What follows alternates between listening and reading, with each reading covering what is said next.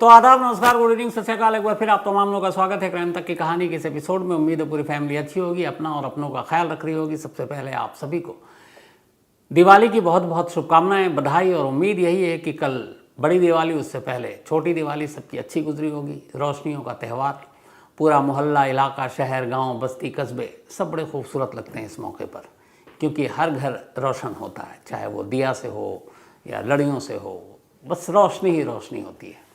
तो एक तो रोशनी का त्यौहार, ऊपर से आज की कहानी 1500 एपिसोड आज पूरे होने जा रहे हैं। ये जो आप सुन रहे हैं, आप ये 1500 कहानियाँ या कहानी आप सुनने जा रहे हैं। देखते ही देखते 1500 कहानियों का ये लंबा अरसा वक्त कैसे कब क्यों बीत गया पता ही नहीं चला। मजाक मजाक में शुरू हुआ था, ये मैंने पहले भी आपसे कहा था कि कुछ करना है, डिजिटल में एक चैनल आया है तो क्या करूं, क्या सुनाऊं। तो फिर ये हुआ कि चलो कहानियों की शुरुआत करते हैं, और कहानी की शुरुआत हो गई। लेकिन 1, 2, 3, 4, 10, 20, 100, 500, 1000, 1500 कहानियाँ। और इस दौरान में करीब हमारे 8.45 मिलियन फैमिली मेम्बर, करीब 85 लाख के आसपास। कई बार सोचता हूँ तो अजीब भी लगता, खुशी भी होती है कि इतनी बड़ी हमारी फैमिली हो गई। और फैमिली इसलिए कि मैं हमेशा मानता हूँ क्राइम तक की जो फैमिली है, मैं इनको एक कंज्यूमर या फिर उस तरीके से नहीं मानता हूँ कि सब्सक्राइब करें, लाइक करें। अभी कुछ दिन पहले मैंने कहा भी था, किसी ने पूछा था कि आप कभी क्यों नहीं कहते हैं कि क्राइम तक को आप लाइक कीजिए, सब्सक्राइब कीजिए, शेयर कीजिए।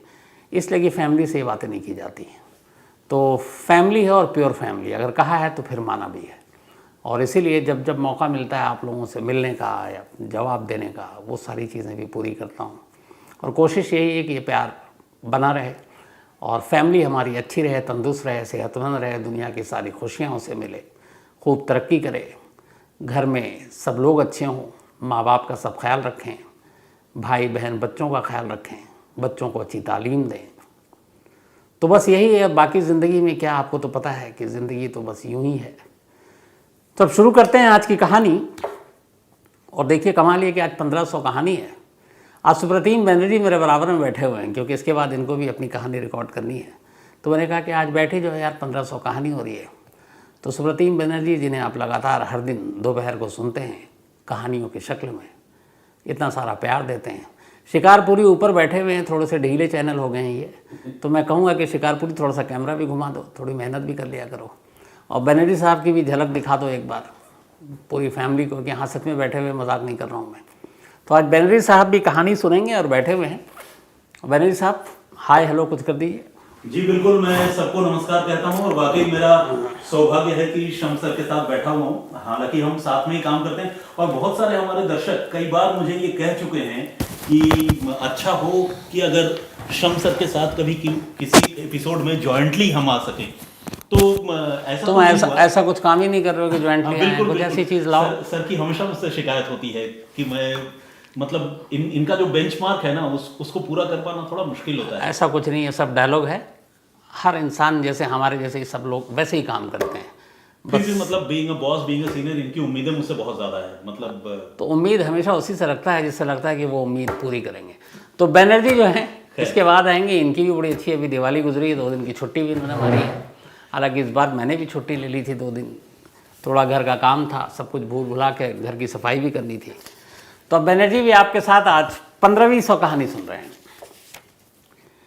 कई बार कई ऐसे केस होते हैं जो सामने आता है, हम लोग सुनाते हैं, केस सुलझ जाता है, भूल जाते हैं। बाकी कहाँ पे कौन जिसको सज़ा मिली वो जेल में है, पुलिस कस्टडी में है, कहाँ है, क्या हुआ आगे केस का, फिर हम लोग कोई उसके बारे में पूछते नहीं है।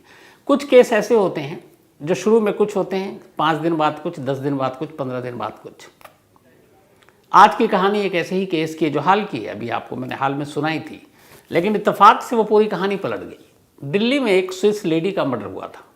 20 अक्टूबर को उसकी लाश मिली थी दिल्ली में, और उसके बाद फिर उसकी पूरी कहानी आई। आरोपी कातिल के तौर पर एक गुरप्रीत नाम के लड़के को पकड़ा गया, जो जेम स्टोन का बिजनेस करता था, उसकी फैमिली करती थी। पुलिस को उसने कहानी सुनाई, उसने कहा कि मैं इससे प्यार करता था, स्विट्ज़रलैंड में गया, इसको देखते ही इश्क हो गया, फिर मैं उससे शादी करना चाहता था, उसने शादी से इनकार किया, मुझे गुस्सा आया, मैंने उसको भारत बुलाया और मार डाला। तो केस ख़त्म, कहानी ख़त्म, मेरे लिए भी सब कुछ ख़त्म। अब बाकी तो कोर्ट में चलता ही रहेगा। लेकिन ऐसा हुआ नहीं। और यहीं पे कई बार मैं सवाल उठाता हूँ कि जब पुलिस उतनी ही चीज़ बतानी चाहिए उस वक्त जितनी उसकी जानकारी में है, वो चीज़ नहीं जो अभी आगे चलकर पलट सकता है। इस केस में भी दिल्ली पुलिस ने गलती की। उन्होंने मोटिव, मकसद सब बता दिया, ये चीज़ें हुई थी। जबकि सबसे बड़ी एक जो ब्लंडर और गलती थी वो ये थी कि जिस स्विस लेडी का कत्ल हुआ उसका मोबाइल लॉक था, उसमें पासवर्ड थे, अनलॉक हुआ नहीं। जब अनलॉक हुआ नहीं तो फिर आधी से ज़्यादा कहानी तो मोबाइल के अंदर भी होती है। आजकल तो हर मोबाइल जो है आपके सारे राज, मुझे लगता है आपके दोस्तों से, घर वालों से शायद ज़्यादा राज जो है वो आपके इस मोबाइल के अंदर होता है। किसी का मोबाइल किसी के हाथ में लग जाए तो उसकी ज़िंदगी की आधी चीज़ें तो आपको पता चल जाएंगी। तो पुलिस ने यहाँ गलती की, उस मोबाइल को हाथ में लिया लेकिन खोला नहीं और आधी अधूरी कहानी के साथ सामने आ गई। कहानी पहले आपको शुरुआत इसकी बैकग्राउंड बता दूं तो फिर आपको बताऊं कैसे पलटी, क्योंकि पहले कहानी क्या थी और पलटी क्यों।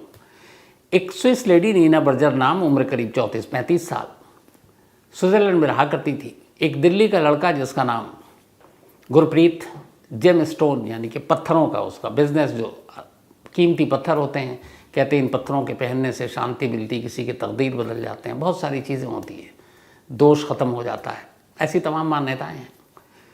तो वो स्विट्ज़रलैंड गया था, उसकी कोई रिलेटिव रहती थी। वहाँ जाने के बाद उसको नीना बर्जर नाम की इस लड़की से इश्क हो गया, कई बार मिला, कई बार उसके चक्कर में स्विट्ज़रलैंड गया, फिर इंडिया आया। उसे उससे इश्क था, शादी करना चाहता था, शादी के लिए वो इनकार कर रही थी क्योंकि उस लड़की की ज़िंदगी में कोई और लड़का था।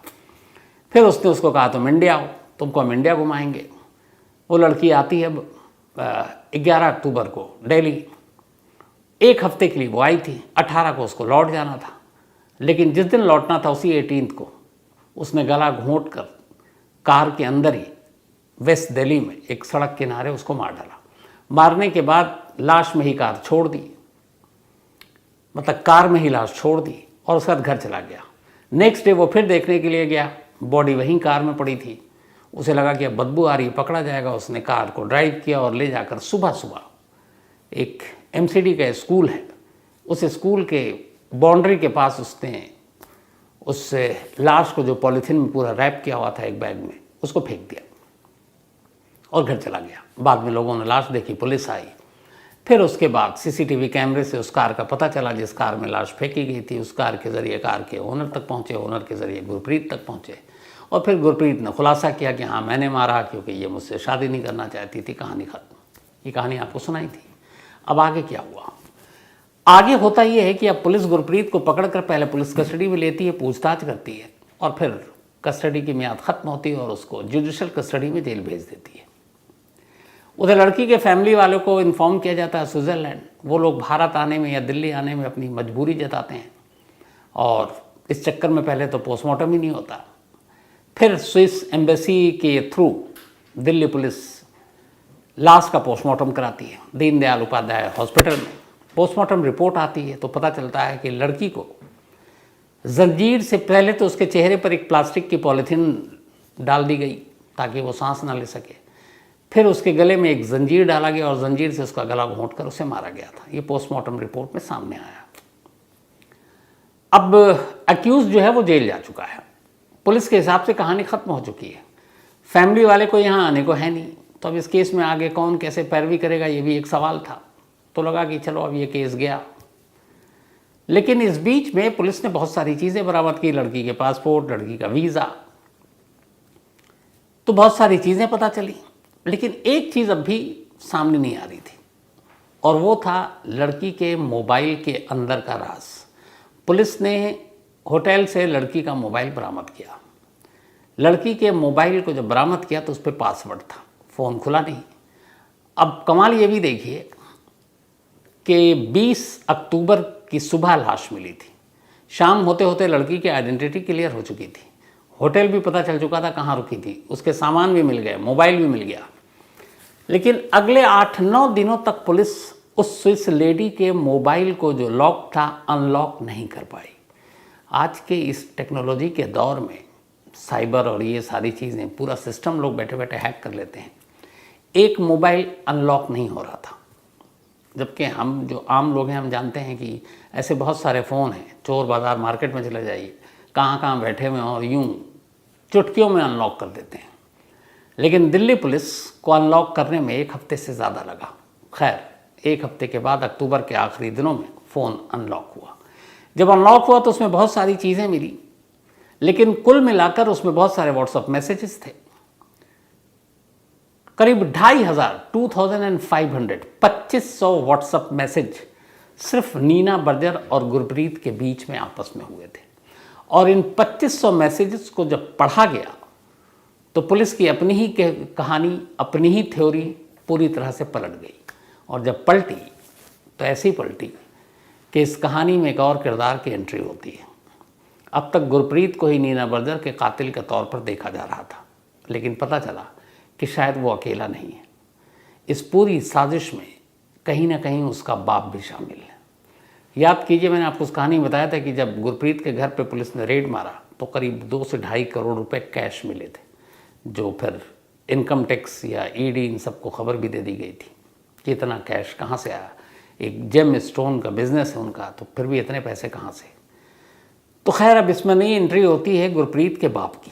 अब गुरप्रीत के बाप का नीना बर्जर के मर्डर केस से क्या लेना देना। पुलिस ने सारे मैसेजेस को डिटेल में पढ़ना शुरू किया। जब डिटेल में पढ़ना शुरू किया तो फिर अब इस सवाल का जवाब 2 ही लोग दे सकते थे, एक गुरप्रीत या फिर उसका बाप, क्योंकि नीना बर्जर तो अब इस दुनिया में रही नहीं। गुरप्रीत जेल में था, बाप फरार। पुलिस ने फिर परमिशन ली और गुरप्रीत से जेल में पूछताछ की। जब पूछताछ की तो इन मैसेजेस को जब दिखाया तो फिर गुरप्रीत ने आगे की कहानी सुनाई, जो अब तक वो पुलिस को उलझा रहा था। तो जो पूरी मैसेज और पूरी कहानी है, अब उसके बाद जो कहानी सामने आई है, जो नई कहानी पलटने के बाद, अब वो कहानी आपको सुनाता हूँ। कहानी है कि गुरप्रीत के रिश्तेदार स्विट्जरलैंड में रहा करती थी। गुरप्रीत कई बार स्विट्जरलैंड गया। गुरप्रीत के पिता भी कई बार स्विट्जरलैंड गए। उस वक्त ये मिसिंग थी, तो गुरप्रीत का बाप जो है वो भी स्विट्जरलैंड गया। वहाँ इत्तेफाक से जहाँ इन लोगों के रिलेटिव थे उसके पास में ही नीना बर्जर का भी रहती थी। परिवार से दोस्ती हो गई। दोस्ती इस तरीके से हुई कि ये एक तो ये जेम स्टोन और ये बिज़नेस, तो ये होता है कि आप ये पढ़ें, ये पहनें तो बहुत सारी परेशानी दूर होती है। और इंसान सबसे ज़्यादा उन चीज़ों से ही डरता है जब उसे कोई डर दिखाया जाए और कहा जाएगा अगर ऐसा करोगे तो तुम ठीक हो जाओगे, परेशानी दूर हो जाएगी, शांति मिलेगी। इसीलिए शायद बाबाओं के दुकान भी ज़्यादा चलते हैं।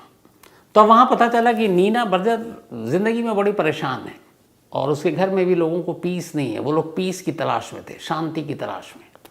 इन लोगों ने रास्ता दिखाया। उन्होंने कहा कि ये जेम स्टोन अलग अलग हैं, ये पन्ना है, ये हीरा है, ये गोमित है ना, ये और भी पता नहीं कितने सारे पत्थर, इनको पहनने से ये होता है, ये होता है।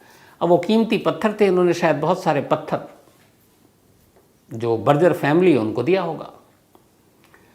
अब पैसे शायद मिले नहीं। कुल मिला के वो सारी चीज़ें और कुछ ऐसी चीज़ थी कि मिलाकर करीब 8 लाख रुपए नीना बर्जर फैमिली पर आ गया, गुरप्रीत के बाप का। अब बाद में उसने कई ट्रिप मारे थे, पैसे मांगने लगा, पैसे मिले नहीं। तो फिर रिश्ते उस बीच में ऐसे थे कि ये कई बार तो जाके बर्जर के घर में भी रहता था इसका बाप, गुरप्रीत का। तो एक मैसेज ऐसा था जिसमें लिखा हुआ था कि तुम्हारे फादर मेरे घर वालों को धमका रहे हैं और उनसे अब कहो कि प्लीज़ मेरे घर से चले जाएं। तो फिर वो कहता ओके मैं हैंडल करता हूँ, मैं बताता हूँ। उसके बाद उसका बाप घर छोड़ देता है और इंडिया आ जाता है, लेकिन आते आते भी धमकी देता है कि तुम्हें इसका हर्जाना देना पड़ेगा, तुम्हें बख्शूंगा नहीं। अब वो वापस चला आया। वापस आने के बाद अब इधर बाप है तो गुरप्रीत को ही बता रहा है, लेकिन गुरप्रीत का भी ये कि लड़की के चक्कर में पड़ा हुआ है। उधर गुरप्रीत को उसके बाप ने बहुत सारी चीज़ें कही उस फैमिली के बारे में। गुरप्रीत को ये भी था कि इसका एक बॉयफ्रेंड है नहीं बर्जर का।